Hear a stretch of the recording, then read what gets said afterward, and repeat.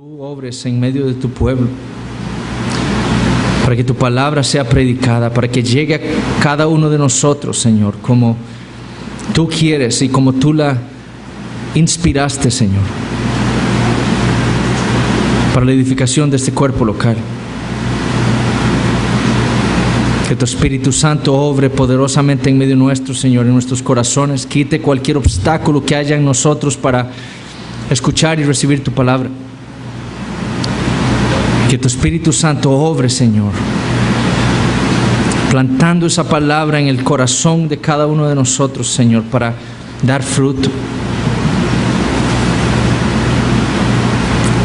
Queremos que Cristo sea magnificado en medio nuestro, Señor. Y pedimos, Señor, también por aquellos que tú has traído en esta noche. Te damos gracias por las visitas, pero pedimos especialmente por aquellos, Señor, que no conocen a nuestro Salvador. Que hoy sea su día de salvación, que hoy tú abras sus ojos, que les muestres su necesidad de un Salvador que solamente está en Cristo Jesús, y que ellos puedan abrazar al Redentor, someterse a Él como el Señor del universo y ser salvos. Gracias, Señor. Te pedimos estas cosas en el nombre de Cristo. Amén. ¿Podemos tomar asiento, hermanos?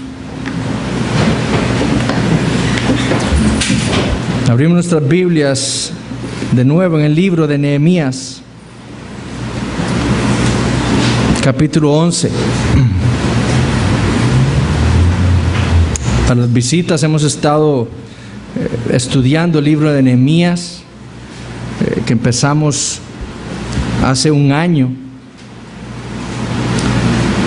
Y la semana pasada volvimos a retomar nuestro estudio en Nehemías capítulo 11. Y vamos a leer los primeros 3 versículos de Nehemías 11. Amén. Dice así la palabra del Señor: habitaron los jefes del pueblo en Jerusalén, mas el resto del pueblo echó suertes para traer 1 de cada 10 para que morase en Jerusalén, ciudad santa, y las otras 9 partes en las otras ciudades. Y bendijo el pueblo a todos los varones que voluntariamente se ofrecieron para morar en Jerusalén. Estos son los jefes de la provincia que moraron en Jerusalén. Pero en las ciudades de Judá habitaron cada uno en su posesión en sus ciudades: los israelitas, los sacerdotes y levitas, los sirvientes del templo y los hijos de los siervos de Salomón. Como vimos la semana pasada, la iglesia es la ciudad santa de Dios. Es la expresión visible del reino de Dios en la tierra. Aquel lugar en donde nosotros somos testigos de la gloria de Dios. En ella, en esa manifestación visible del reino, somos nosotros testigos del poder divino. Somos testigos de su sabiduría, de su misericordia, de su majestad, de su justicia, de su santidad. Cada domingo en la reunión de la iglesia, el pueblo de Dios reunido testifica de la grandeza de nuestro Dios. Por eso es que amamos a Dios, por eso es que le adoramos y por eso es que deseamos glorificarle. Y también por esa razón es que nosotros como creyentes nos comprometemos con su iglesia, porque es en ella en la cual Dios manifiesta esa gloria para el mundo. Otra de las cosas que vimos la semana pasada es que nuestro entendimiento de la obra de Dios en nosotros, en Cristo Jesús, nuestro entendimiento del Evangelio será revelado o será evidenciado en nuestro compromiso con la iglesia local. Aquel que ha entendido el Evangelio se comprometerá con el cuerpo de Cristo, con su Salvador. Aquel que ha entendido el Evangelio se comprometerá con la Jerusalén espiritual. Aquel que ha entendido el Evangelio se comprometerá con la ciudad santa de Dios. Y esto es lo que podemos aprender del libro de Nehemías. especialmente aquí en el capítulo 11. Aquí en Nehemías, en este capítulo, deja registrados los nombres de personas que se ofrecieron voluntariamente para habitar en Jerusalén, para morar y servir ahí a Dios, aquel que los había rescatado de Egipto. Ahora, ¿por qué fue que se comprometieron así? Debemos recordar por qué fue la razón. ¿Cuál fue la razón que los llevó a estos hombres a comprometerse así con Jerusalén? Ellos habían entendido, por lo que Dios había traído a ellos su palabra, a ellos habían entendido lo que Dios había hecho por ellos. En el capítulo 9 nosotros leemos del día en que todo el pueblo se reúne como un hombre. Y se reúne como un hombre y los levitas oran a Dios. Y en su oración manifiestan su entendimiento de lo que había sido enseñado por Esdras y los levitas en el capítulo 8. Cuando Esdras y los levitas por 6 horas seguidas leyeron y explicaron la palabra de Dios en la Torá.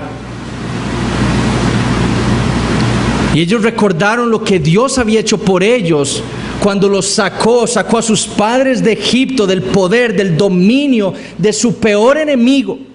Y los sacó de ahí con mano poderosa y los llevó por el desierto, los cuidó, les dio pan del cielo, los llevó a la tierra prometida.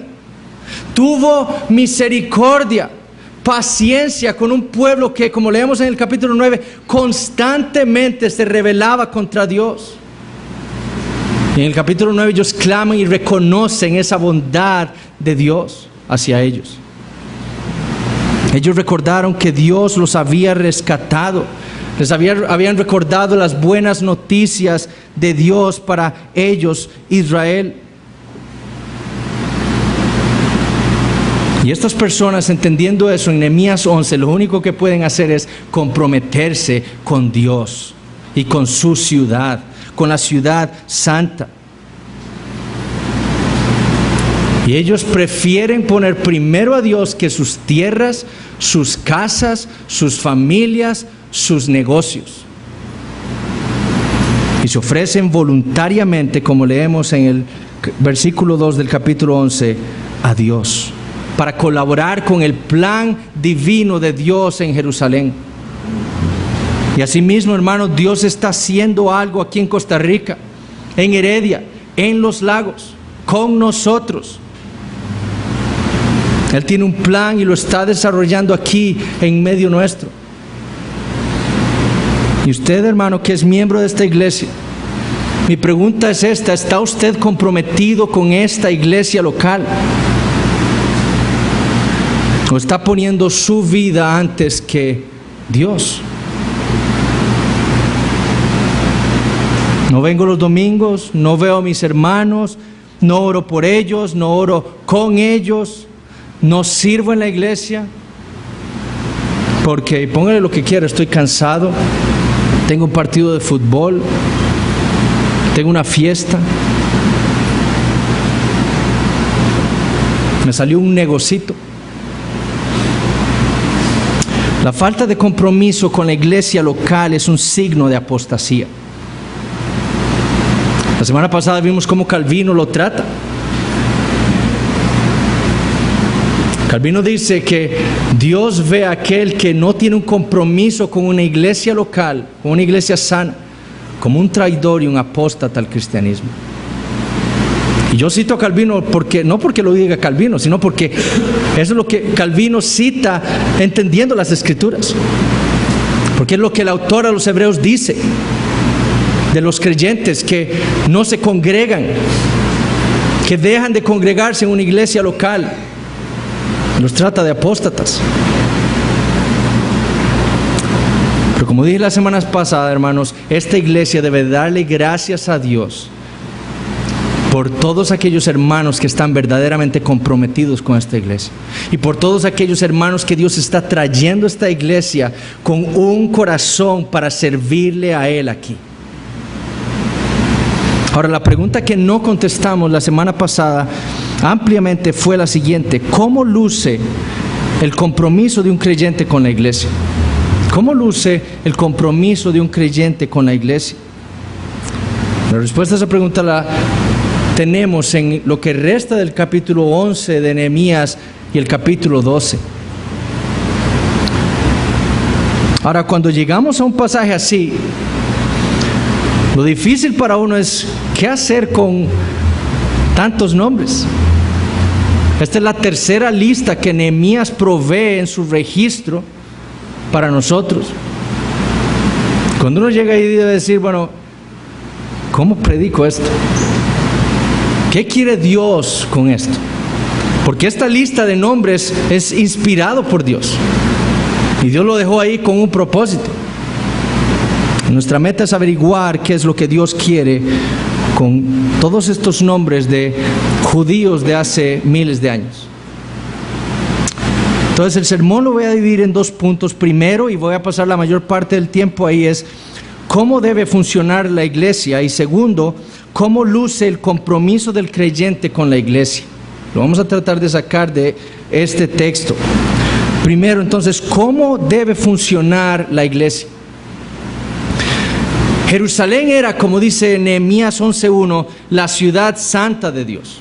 Eso era lo que representaba para el pueblo de Israel esta ciudad. Era en donde Dios había puesto su nombre, la ciudad que Él había escogido para habitar allí, la cual Él amaba, en donde estaban todas las bendiciones de Dios para su pueblo. Era la ciudad que Dios había escogido de toda la tierra para ser adorado allí por su pueblo. Era el lugar que Él había escogido para poner su templo y su nombre. No había otro lugar más que ese. Para el judío esa ciudad era especial. Cuando el profeta Daniel, por ejemplo, escucha que el rey ha firmado un edicto en donde se le prohíbe a todos los hombres orarle al Dios, a Jehová, leemos en Daniel 6 que el profeta entró en su casa, dice, y abiertas las ventanas de su cámara que daban hacia Jerusalén, se arrodillaba 3 veces al día y oraba y daba gracias delante de su Dios, como lo solía hacer antes. La costumbre entre los judíos cuando estaban lejos de su tierra era orar en dirección a Jerusalén. ¿Por qué?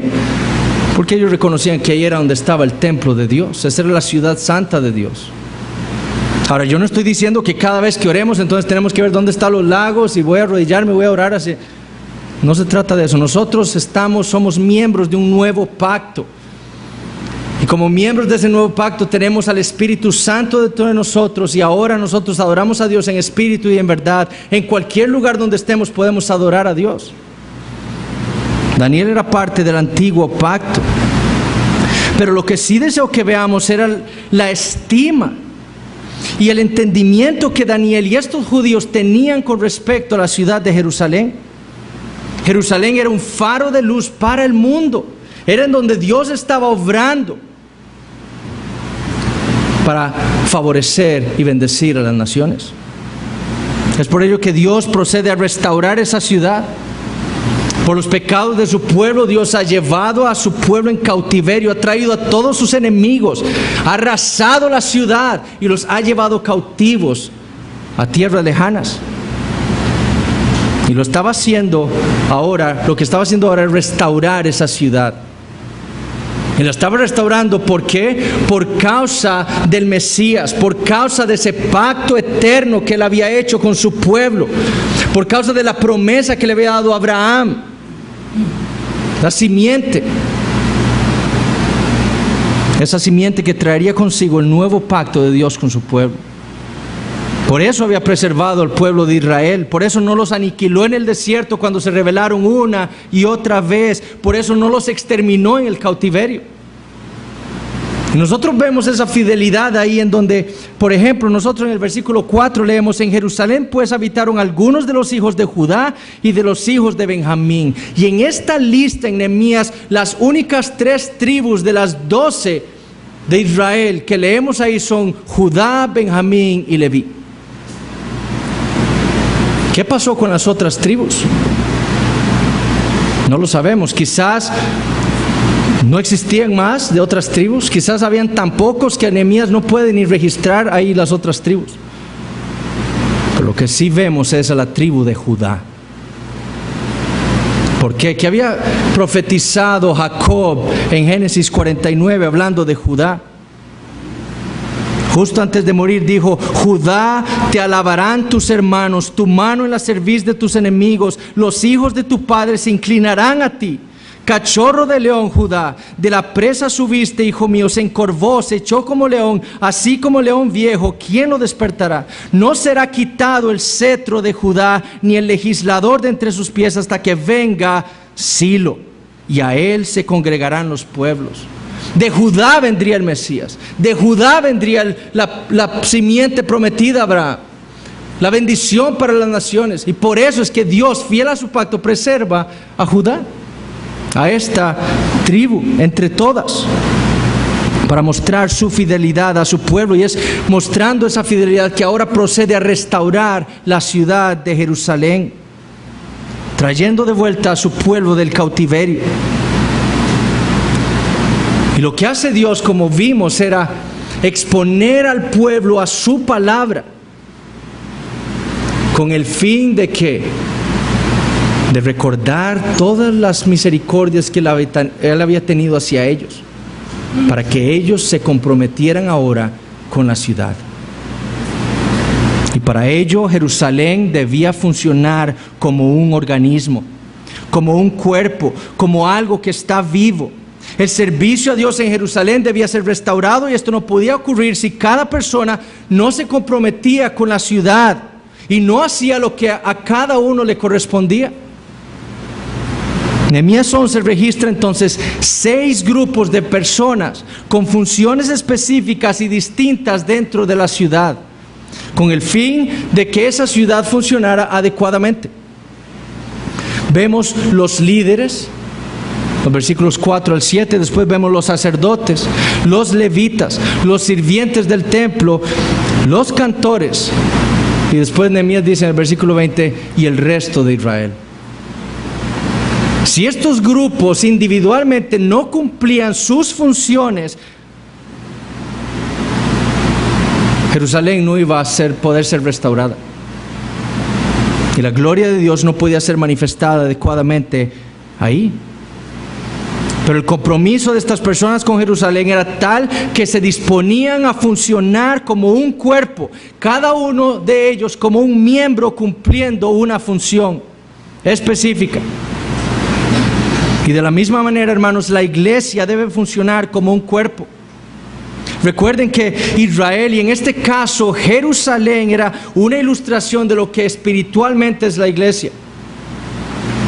Es por eso que el Nuevo Testamento, como lo vimos la semana pasada, habla de la iglesia como la Jerusalén espiritual. A ella nos hemos acercado nosotros los creyentes, como dijo Pablo a los Gálatas en Gálatas 4. Nosotros nos hemos acercado a la iglesia, la ciudad santa de Dios, no un pedazo de tierra en Medio Oriente, sino a la Jerusalén espiritual. Y el Nuevo Testamento ilustra de muchas maneras a la iglesia, como un edificio, como una casa, por ejemplo. En Efesios 2, Pablo afirma que Dios nos salvó por gracia, estando nosotros muertos en nuestros delitos y pecados, siguiendo la corriente de este mundo, mereciendo cada uno de nosotros, como dice en Efesios 2:3, la ira justa de Dios. Pero por gracia Dios nos salva. En vez de destruirnos, en vez de enviarnos al infierno por nuestros pecados, por nuestra rebeldía, nos salva por gracia. Y envía a su Hijo Jesucristo a la tierra para morir, para derramar su sangre en nuestro lugar, para que por medio de Él se quite la enemistad que había entre Dios y nosotros, y para que en Él, judíos y gentiles, nosotros pudiéramos ser hechos un solo y nuevo hombre, como dice Pablo en Efesios 2. Y así nos trae a nosotros, a la iglesia, ese edificio que Dios está construyendo como piedras, en ese edificio santo en el Señor, que Él edifica por su Espíritu Santo. El Nuevo Testamento también habla de la iglesia como la familia de Dios. Pero sobre todas las cosas, Pablo, el apóstol de la iglesia, ilustra a la iglesia como un cuerpo. Como un cuerpo, como un organismo vivo. Y hablando de la iglesia, a los romanos en capítulo 12, versículos 4 y 5 les dice: porque de la manera que en un cuerpo tenemos muchos miembros, pero no todos los miembros tienen la misma función, así nosotros, siendo muchos, somos un cuerpo en Cristo. A los Corintios, en la primera epístola, capítulo 10, versículo 17, le dice: siendo uno solo el pan, nosotros con ser muchos somos un cuerpo, pues todos participamos de aquel mismo pan. Y si somos un cuerpo, entonces cada uno de nosotros como miembros de él tiene una función específica. No puede haber un cuerpo sin miembros. Para que un cuerpo sea un cuerpo, debe tener miembros. Debe haber una cabeza, deben haber ojos, deben haber orejas, deben haber manos, pies, corazón, debe haber un hígado, deben haber células sanguíneas. Si no, no es un cuerpo. Y cada uno de esos miembros, cada uno de esos componentes es importante para el adecuado funcionamiento del cuerpo. No hay un miembro que esté de más en el cuerpo. Yo no sé si ustedes sabían, pero yo creo que ya he dicho esta ilustración, esta verdad. El dedo gordo del pie es importantísimo. Ustedes se ven los dedos del pie y dicen: ¿para qué sirven? Si ustedes les amputan el dedo gordo del pie, les aseguro que ustedes están cayendo a cada rato. Para eso sirve, para darle estabilidad al cuerpo. El dedo gordo no está de más. Todos los miembros del cuerpo sirven y cumplen una función específica. Además, cada uno de esos miembros, como veremos más adelante, funciona para el bienestar del cuerpo. Pero por el momento lo que deseo que entendamos es que la iglesia como un cuerpo está compuesta por miembros, cada uno con una función específica para el bien del cuerpo. Y noten cómo lo describe el apóstol Pablo a la iglesia en Corinto. Una iglesia a la cual Pablo le escribe que está enferma. Una iglesia con abundantes problemas. Una iglesia en donde cada miembro de ella quería funcionar para su propia gloria, buscando su propio bien. Querían los dones más vistosos y veían como inferiores aquellos dones que eran menos visibles. No los querían, no queremos los dones, aquellos en donde ponen a las personas más por encima de otras, según ellos. Y el apóstol los reprende y les escribe una carta explicándoles acerca de cómo funciona la iglesia. Y en 1 Corintios 12, quiero que vayamos ahí a 1 Corintios capítulo 12.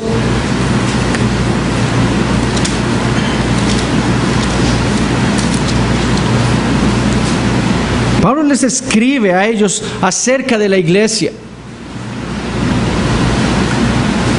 Y a partir del versículo 12 les dice: porque así como el cuerpo es uno y tiene muchos miembros, pero todos los miembros del cuerpo, siendo muchos, son un solo cuerpo, así también Cristo. Porque por un solo espíritu fuimos todos bautizados en un cuerpo, sean judíos o griegos, sean esclavos o libres, y a todos se nos dio a beber de un mismo espíritu. Además, el cuerpo no es un solo miembro, sino muchos. Si dijere el pie: porque no soy mano, no soy del cuerpo, ¿por eso no será del cuerpo? Y si dijere la oreja: porque no soy ojo, no soy del cuerpo, ¿por eso no será del cuerpo? Si todo el cuerpo fuese ojo, ¿dónde estaría el oído? Si todo fuese oído, ¿dónde estaría el olfato? Mas ahora Dios ha colocado los miembros, cada uno de ellos, en el cuerpo como Él quiso. Porque si todos fueran un solo miembro, ¿dónde estaría el cuerpo? Pero ahora son muchos los miembros, pero el cuerpo es uno solo. Ni el ojo puede decir a la mano: no te necesito, ni tampoco la cabeza a los pies: no tengo necesidad de vosotros. Antes bien, los miembros del cuerpo que parecen más débiles son los más necesarios. Y aquellos del cuerpo que nos parecen menos dignos, a estos vestimos más dignamente. Y los que en nosotros son menos decorosos se tratan con más decoro. Porque los que en nosotros son más decorosos no tienen necesidad. Pero Dios ordenó el cuerpo, dando más abundante honor al que le faltaba, para que no haya desaveniencia en el cuerpo, sino que los miembros todos se preocupen los unos por los otros. De manera que si un miembro padece, todos los miembros se duelen con él, y si un miembro recibe honra, todos los miembros con él se gozan. Vosotros pues sois el cuerpo de Cristo, y miembros cada uno en particular. Lo primero que afirma el apóstol es que la iglesia, como el cuerpo humano, no consiste de un solo miembro, sino de muchos. Hay manos, hay pies, hay ojos, hay orejas, hay nariz, hay cabeza, hay pies, hay estómago, intestinos, hígado, todo. Muchos miembros, cada uno cumpliendo una función. Asimismo, en la iglesia hay personas, en esta iglesia, con dones distintos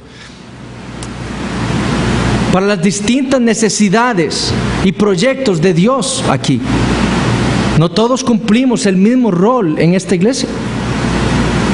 Segundo, así como Dios puso los órganos de nuestro cuerpo, asimismo Él pone a nosotros, los miembros de este cuerpo local, como y donde Él quiere.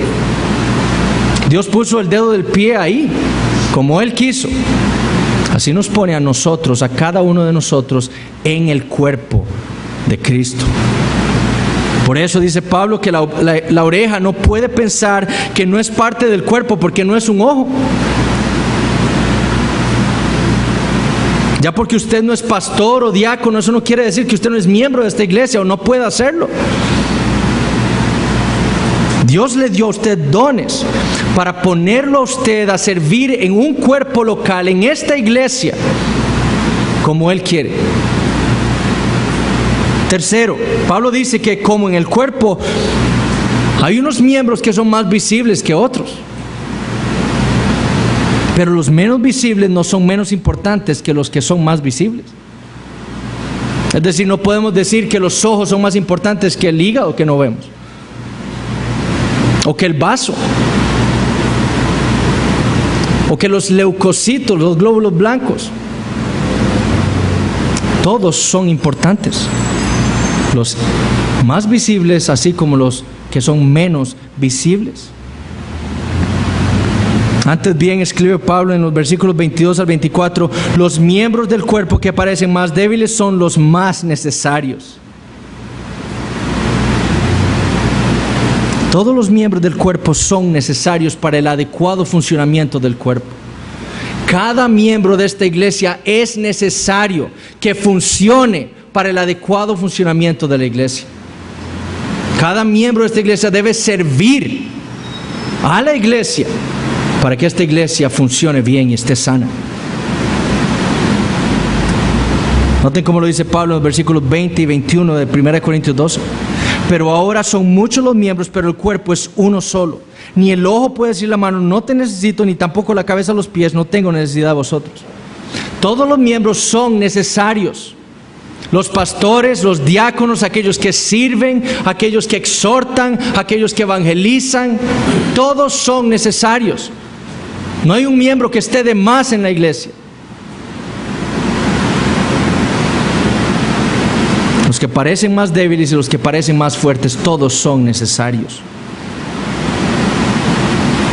Hay unos cuyo servicio es más visible para la iglesia, pero hay otros cuyo servicio es menos visible. Pero todos son necesarios.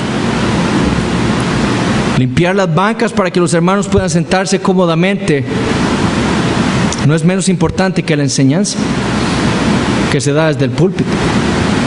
Todos somos necesarios. Sin el servicio de los hermanos a la iglesia, la enseñanza encontraría un tropiezo.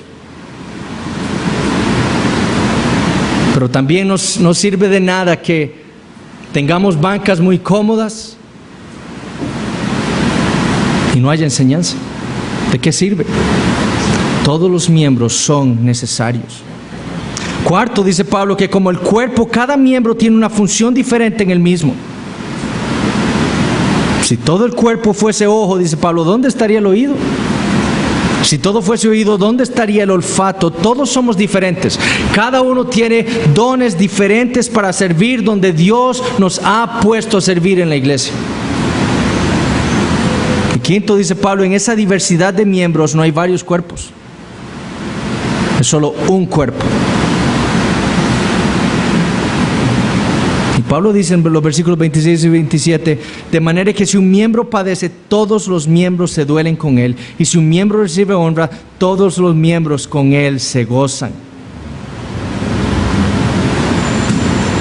Vamos caminando en la noche, nos despertamos en la oscuridad, medio dormidos, descalzos, y se topa el dedo pequeñito del pie con la pata de la cama.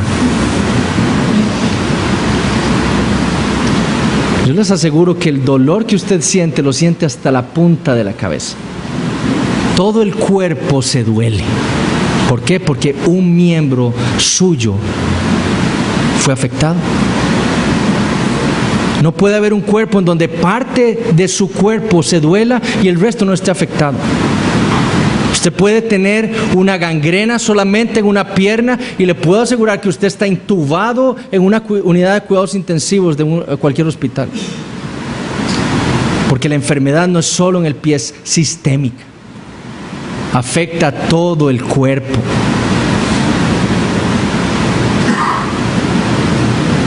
Así ocurre en la iglesia. De la misma manera, cuando ya pasa un resfrío y podemos respirar y podemos oler entonces los aromas de la comida que nos preparan nuestras esposas o esposos, y todo el cuerpo se goza, ya podemos oler, ya podemos saborear la comida. Cuando un miembro está enfermo, el cuerpo está enfermo. Cuando un miembro no sirve en la iglesia está enferma. Eso es lo que debemos entender, hermanos. La iglesia como Jerusalén debe funcionar como un cuerpo, cada uno ejerciendo las funciones que Dios le ha dado en la iglesia, con los dones que Él nos ha dado a nosotros para servir en la iglesia. Ese fue el entendimiento de estos hombres en Nehemías 11. Fue por causa de su compromiso con la ciudad santa de Dios que Nehemías los describe en el versículo 6 de Nehemías 11 y en el versículo 14 como hombres valientes. Hombres fuertes, dice él, que puede ser traducido como hombres valientes, de gran valor. Estos hombres estaban comprometiendo con Jerusalén, ofreciéndose a sí mismos para servir en una ciudad peligrosa, en una ciudad que tenía muchas cosas en las cuales debía ocuparse todo el pueblo. Había mucho trabajo por hacer. Y estos hombres valientemente se ofrecen para trabajar en la obra de Dios, sin importarles lo pesado de la labor y sin importarles los peligros. Y ese es el tipo de compromiso que es requerido de parte de los miembros de esta iglesia. Nosotros vivimos en días peligrosos. Y dichosamente vivimos en días cargados de labor. Dios nos está trayendo más y más trabajo a esta iglesia. Y es por eso que el compromiso debe ser cada vez mayor de parte de los miembros de esta iglesia. Cada vez Dios abre puertas en otros lugares para enseñar, para predicar la palabra.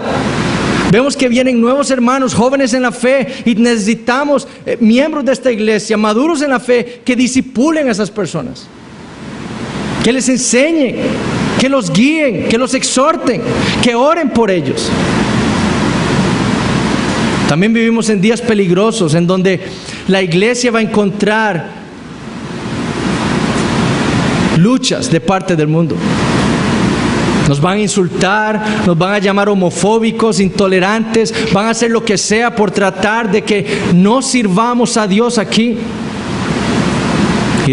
Y esta iglesia debe estar llena de hombres valientes, comprometidos con la obra del Señor aquí. sirviéndole a Dios aquí en la iglesia, en esta iglesia local, para su gloria. Segundo, ¿cómo luce el compromiso del creyente con la iglesia?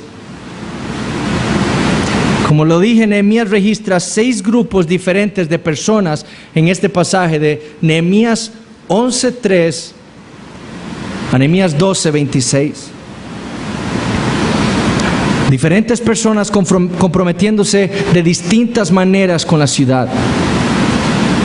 En los versículos 4 al 9, Nehemías describe a los líderes de Jerusalén, la mayoría descendientes de Judá y de Benjamín. En los versículos 10 al 17, los sacerdotes. En los versículos 18 y 19, los levitas. En el versículo 20 llama al resto de Israel. Versículo 21 a los sirvientes del templo. Y en el versículo 22 a los cantores sobre la casa de Dios. Y luego en el capítulo 12 procede a recordar a todos aquellos sacerdotes y levitas que habían venido del cautiverio con Zorobabel años antes y que estaban cumpliendo una labor desde mucho tiempo antes en Jerusalén. Todas estas personas, como dije, estaban comprometidas con la ciudad. Ahora, esto es lo que debemos ver, cómo se evidenciaba, cómo lucía ese compromiso de estas personas con la ciudad, en la manera en la que le servían a Jerusalén. Y así es como debe funcionar la iglesia. Pablo le escribió a los corintios diciéndoles, 1 Corintios 12, continuando el versículo 28, y aún nos puso Dios en la iglesia, primeramente apóstoles, luego profetas, los terceros maestros, luego los que hacen milagros, después los que sanan, los que ayudan, los que administran, los que tienen don de lenguas. ¿Son todos apóstoles?, dice Pablo. ¿Son todos profetas? ¿Todos maestros? ¿Hacen todos milagros? ¿Tienen todos dones de sanidad? ¿Hablan todos lenguas? ¿Interpretan todos? Lo que Pablo quiere decir ahí, la respuesta implícita es no. ¿Por qué? Porque hay distintos dones que Dios da a la iglesia para que sirvan cada uno con esos dones que Dios le ha dado a cada uno de nosotros en la iglesia. Había sido Dios quien les había dado talentos a estas personas en Nehemías, dones específicos para servirle a la ciudad. Había sido Dios quien los había puesto a servirle a Él en esos trabajos específicos en Jerusalén. Ellos no escogieron lo que iban a hacer. Dios los puso en cada grupo de personas para que le sirvieran allí a Él. ¿Por qué alguien no podía servir en el templo? Porque no pertenecía, no era descendiente de Leví. Yo quiero servir en el templo, usted no puede. Ahora, ¿de quién dependía que si pudiera servir en el templo? De Dios, que lo hacía descendiente de Leví. ¿Por qué yo no podía ser candidato a rey de Israel? Porque no era del linaje de David.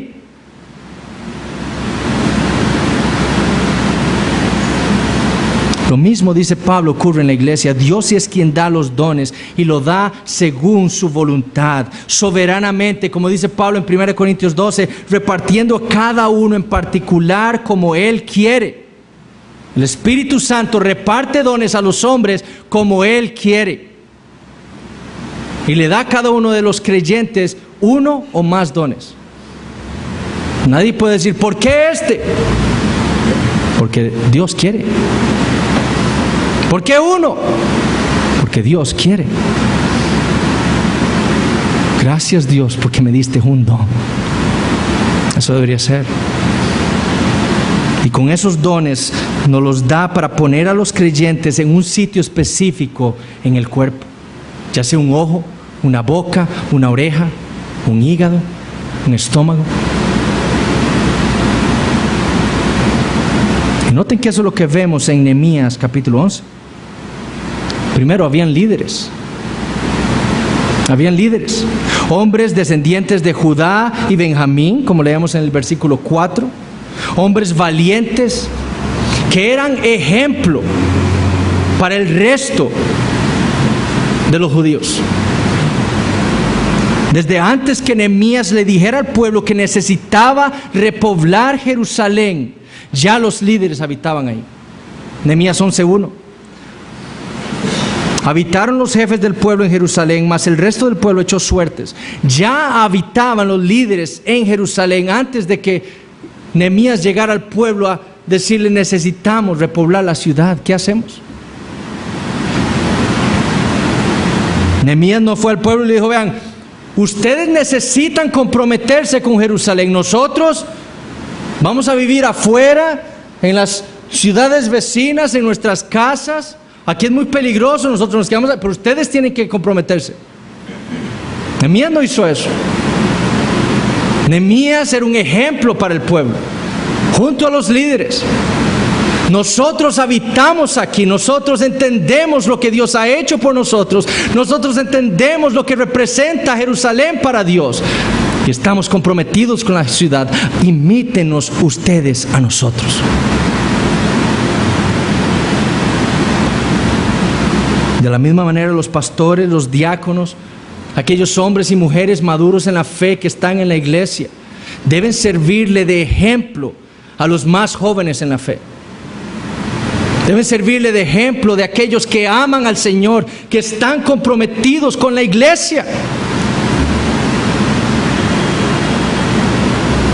Muchos ejemplos tenemos en nuestra iglesia de este tipo de personas, de estos miembros.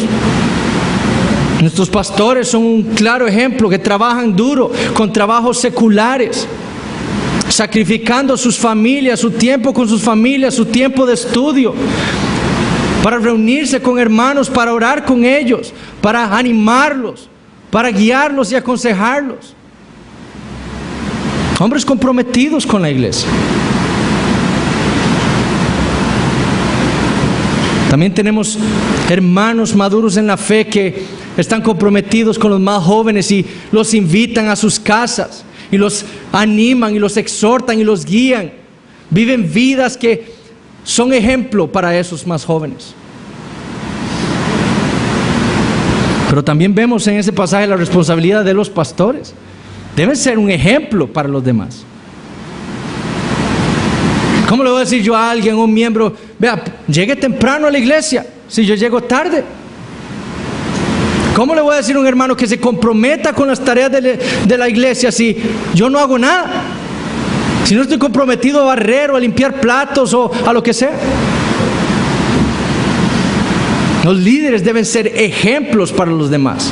Los creyentes maduros en la fe deben servir de ejemplo a los demás, a los más jóvenes. No puede ser que los que llevamos años en la fe demos un mal ejemplo a los que son más jóvenes.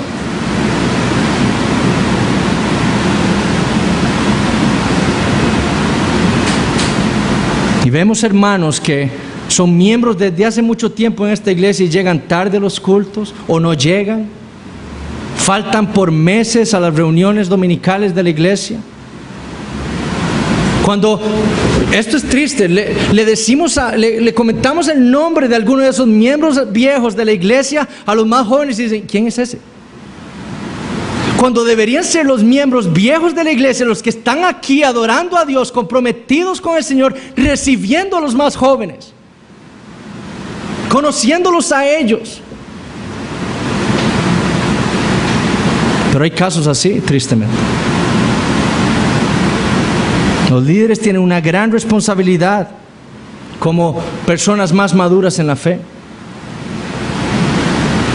Otra de las labores de estos líderes en Jerusalén estaba también administrar los recursos de la ciudad. Y eso lo leemos en el versículo 9, que se nos menciona a Joel, el prefecto, el segundo de la ciudad, que estaba a cargo de la administración de los recursos. Él decía cómo, dónde y cuándo se utilizaban los recursos de la ciudad. De la misma manera, la iglesia tiene miembros, personas que le sirven en ese sentido a la iglesia, especialmente los diáconos, que tienen que ver cómo se administran los recursos de la iglesia, los dineros de la iglesia, cómo se le ayuda a los que están en necesidad. de estar vigilantes de otros miembros ahí que le puedan servir a ellos para servir en la iglesia. Segundo, habían sacerdotes ahí, eran hombres, como dice el versículo 12, que se encargaban de hacer la obra de la casa de Dios. Eran los que estaban encargados de la predicación de la palabra, de su enseñanza, encargados de dirigir la adoración a Dios. Y Dios le ha dado a la iglesia también esos dones. Dones de enseñanza, de predicación de la palabra. Hombres que saben dirigir la alabanza a Dios.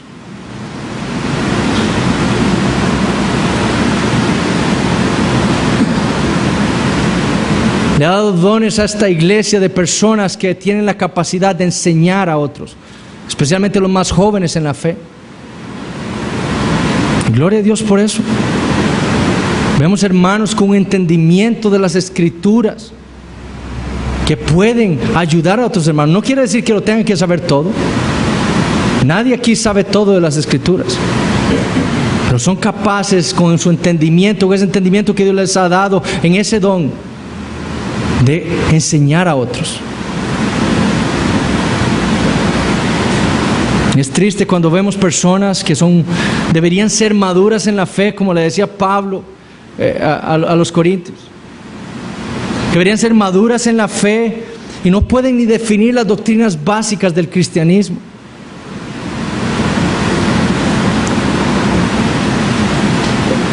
Pero debemos reconocer algo, hermanos. Dios le ha dado a esta iglesia pastores. Ciertamente hay personas maduras en la fe con la capacidad de enseñar, pero Dios le ha dado a esta iglesia pastores.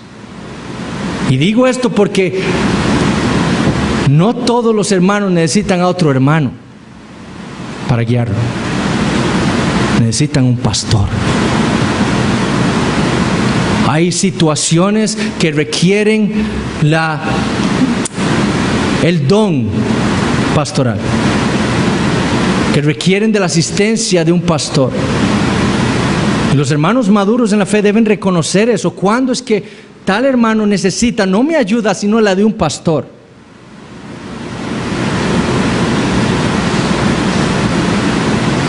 Mi esposa no es la pastora de esta iglesia. Nadie debe cargar a mi esposa con temas que no le corresponden a ella.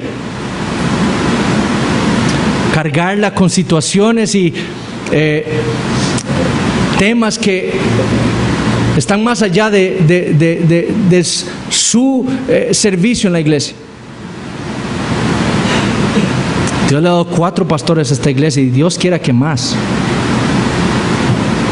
Pero son los pastores. Y hay situaciones específicas que se requieren de los pastores. Pero todos estamos llamados a enseñar, a guiar, a exhortar a los más jóvenes en la fe. Y para eso requerimos estudio de la palabra.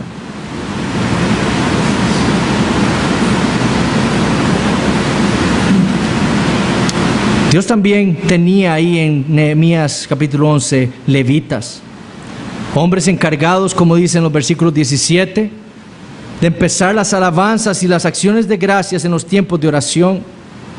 Y eso lo vuelve a repetir en el capítulo 12, versículos 8 y 24. Esa era su función, la función de los levitas. Empezar las alabanzas y las acciones de gracia durante los tiempos de oración. Eran los que estaban también, como dice el versículo 16, a cargo de la obra exterior de la casa de Dios. Cuando había algo que reparar en el templo, algo que mejorar, ahí estaban estos levitas para hacerlo. Entre nosotros mucho de ese trabajo también es un trabajo diaconal. Son ellos los encargados de estarle dando mantenimiento a este edificio, por ejemplo. Los años pasan y hay cosas que reparar, hay cosas que mejorar. Los años pasan y Dios trae más y más gente. Y hay que hacer ventanas. Y hay que comprar sillas. Gloria a Dios por eso. Pero es una labor diaconal en donde ellos tienen que estar vigilantes. ¿Qué necesita esta iglesia para que el servicio a Dios y su gloria sea cada vez más visible a los hombres? Es un trabajo diaconal.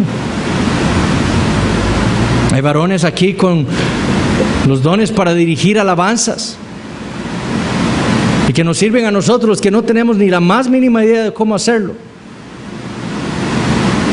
Vemos hermanos con un deseo de aprender a tocar instrumentos musicales para ayudarle al hermano Gustavo, por ejemplo, cuando no puede. Para ayudarnos a nosotros, los que no tenemos conocimiento en música, de cómo llevar un tono. Pero hermanos comprometidos con la iglesia de esa manera, esos hay aquí. Gloria a Dios por eso también. ¿Ha pensado usted si esa es una labor que usted Dios le ha dado en la iglesia? Aprender a tocar un instrumento para servirle a la iglesia, sí, cuando cantemos, le cantemos a nuestro gran Dios. Cuarto, habían sirvientes del templo, personas dedicadas exclusivamente al servicio del templo en diversas cosas. Habían cantores de la casa de Dios, versículo 22. Pero también estaba esto, el resto de Israel, versículo 20. El resto de Israel. Y estos eran esos judíos cuya labor en Jerusalén era de igual importancia que la de los demás, que los líderes, que los levitas, que los sacerdotes. Igual de importancia tenía su servicio para la ciudad, pero sus nombres no fueron registrados. Ellos pasaron desapercibidos, pero Nehemías no los olvida y los recuerda y les agradece por su compromiso con la ciudad, y los registra no con nombres, sino que registra a aquellos valientes, esos, el resto de Israel que prefirió a Dios que sus propias vidas, comprometiéndose con la ciudad santa. Y asimismo hay hermanos en esta iglesia cuyo trabajo y servicio pasa desapercibido entre nosotros, pero su servicio no es más ni es menos importante que aquellos que sirven aquí visiblemente. Y Dios obra por medio de ellos para la edificación de este cuerpo local. Y nosotros debemos agradecer a esos hermanos que les sirven así a Dios, que ponen a Dios primero antes que sus propias vidas, antes de un reconocimiento propio, antes de que gloria, ¿cuál gloria? La gloria es para Dios. Aquellos que le sirven invisiblemente a la iglesia. La importancia de nosotros en un texto como este, en un listado de nombres como el que tenemos en Nehemías 11 al 12, es reconocer primero que Dios nos ha salvado a nosotros los creyentes del pecado. Él nos ha salvado del dominio de Satanás y nos ha trasladado al dominio, al señorío, como vimos hoy en la mañana, de Cristo. Y nos trajo a la iglesia, a este cuerpo local de creyentes. Nos dio dones a cada uno de nosotros para servirle a esta iglesia, no a otra, a esta iglesia. Y no para que busquemos nuestro propio bien, sino para el bien del cuerpo, para la gloria de nuestra cabeza, que es Cristo Jesús. Mi dedo no funciona para su propio beneficio. Mi dedo funciona para el beneficio del cuerpo. Cuando me pica una oreja, mi dedo no dije, pobrecita la oreja, rásquese con la pared. Si me pica la oreja, mi cabeza le dice al dedo, rásquela, para el bien del cuerpo. Porque todo el cuerpo sufre cuando me pica algo. El dedo funciona para el beneficio del cuerpo. Una iglesia cuyos miembros se sirven a sí mismos es una iglesia enferma.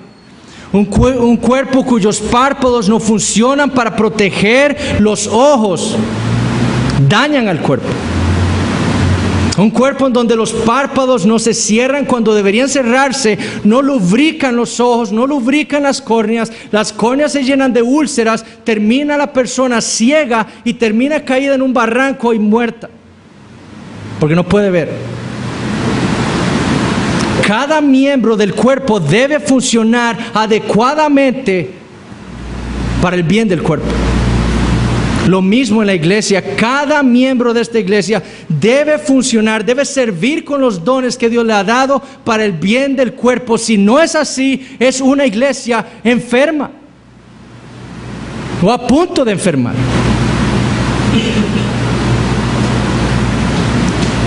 Y el peligro es que Dios busca manifestar su gloria en la iglesia. Y si es una iglesia enferma, ¿qué va a pasar? Pero si nosotros amamos al Dios que nos rescató, si hemos entendido el Evangelio, de dónde nos sacó Dios y nos ha traído aquí, y queremos entonces que su gloria sea vista por todos los hombres, su poder, su misericordia, su bondad, su sabiduría, todos los que entren aquí sepan, ese es Dios. Sirvámosle a la iglesia con los dones que Él nos dio. Comprometámonos con la iglesia para la gloria de Cristo.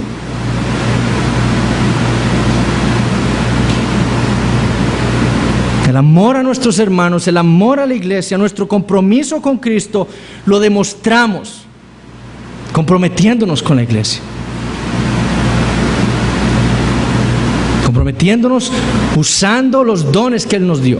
¿Para cuáles dones? Bueno, el Nuevo Testamento registra 5 listas de dones. Ahora no son listas exhaustivas, es decir, no dicen todos los dones que existen, pero nos dan 5 listas de dones particulares. Pero Dios nos dio a cada uno de nosotros al menos un don, como dice Pedro en 1 Pedro 4:10, al menos un don para servirle a la iglesia, en exhortación, en enseñanza, como maestros, en evangelismo, con palabra de sabiduría, etc. Cada vez que los miembros faltamos a las reuniones de la iglesia, privamos a nuestros hermanos que nos fueron dados a nosotros para servirles. Privamos a nuestros hermanos de los dones que nos fueron dados para servirles a ellos, para la gloria de Cristo. Cada vez que fallamos en ese compromiso que hemos adquirido voluntariamente con la iglesia, no estamos amando a nuestros hermanos. Hace unos meses, cuando estaba dando la clase de membresía, me preguntó un hermano, ¿qué pasa si yo un domingo decido ir a otra iglesia a visitar? Ahí tengo amigos en otra iglesia. ¿Qué pasa? Bueno, y nada pasa.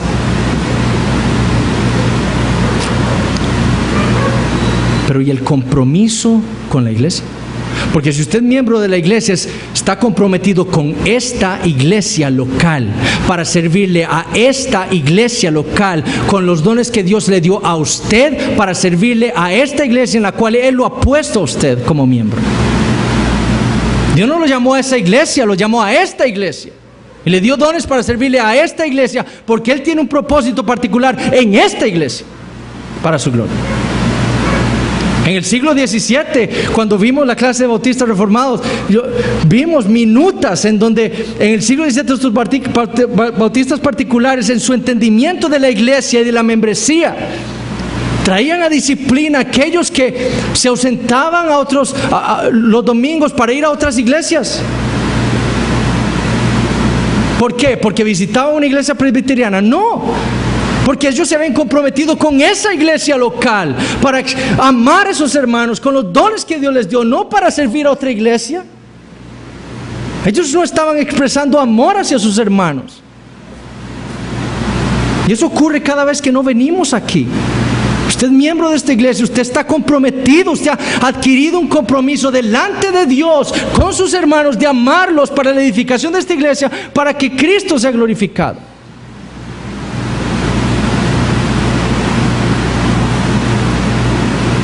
Ahora vean lo que dice Nehemías 11:3. Estos son los jefes de la provincia que moraron en Jerusalén, pero en las ciudades de Judá habitaron cada uno en su posesión en sus ciudades. La pregunta entonces, después de este pasaje, es la siguiente: ¿en cuál ciudad habita usted? ¿A cuál ciudad se le ha ofrecido usted voluntariamente? a su ciudad, a su posesión o a la ciudad santa de Dios?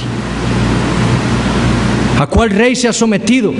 ¿A usted como el rey de su ciudad, como el rey de su posesión, o a Cristo, el rey de la iglesia?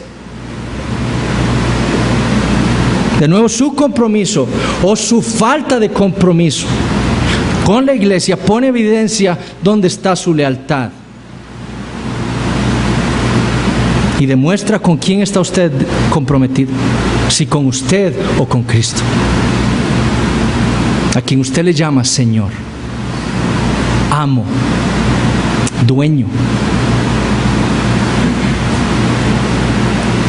Yo le hago la misma pregunta de nuevo. ¿Se le ha ofrecido usted voluntariamente la ciudad santa de Dios a la iglesia de Cristo aquí en Los Lagos? Si no lo ha hecho, usted no es miembro de esta iglesia, lo insto a que se haga miembro. Si usted está aquí, por alguna razón Dios lo ha traído aquí, si su corazón está puesto en esta iglesia, entonces hágase miembro de esta iglesia y sírvale a Cristo aquí. Si su corazón no está aquí, entonces busque una iglesia y comprométase ahí con Cristo y sírvale ahí a Cristo. Pero comprométase.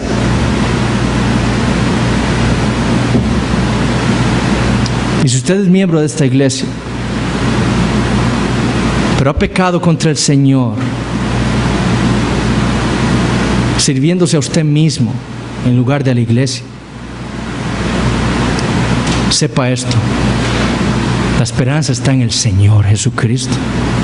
En Él hay misericordia para nosotros, su pueblo.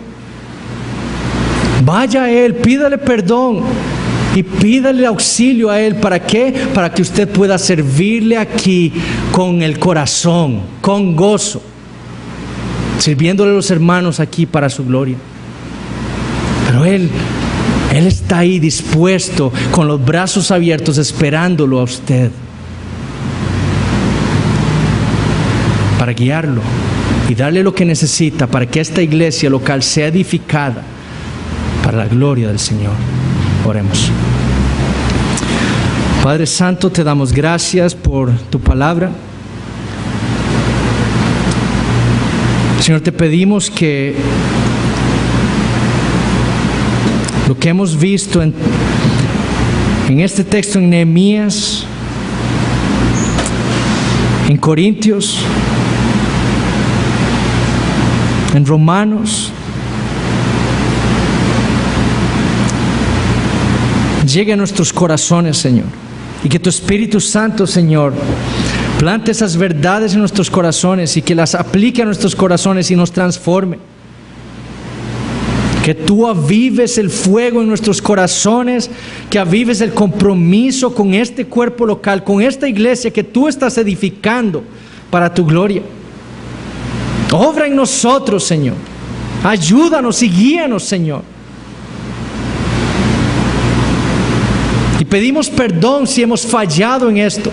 Pedimos perdón si como iglesia, Señor, hemos fallado en comprometernos totalmente con la iglesia, con tu cuerpo.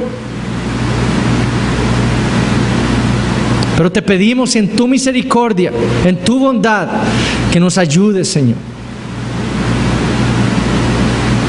Oh Padre bendito, te damos gracias porque sabemos que nuestras oraciones llegan delante de tu trono por la obra intercesora de nuestro Señor Jesucristo, que está a tu diestra.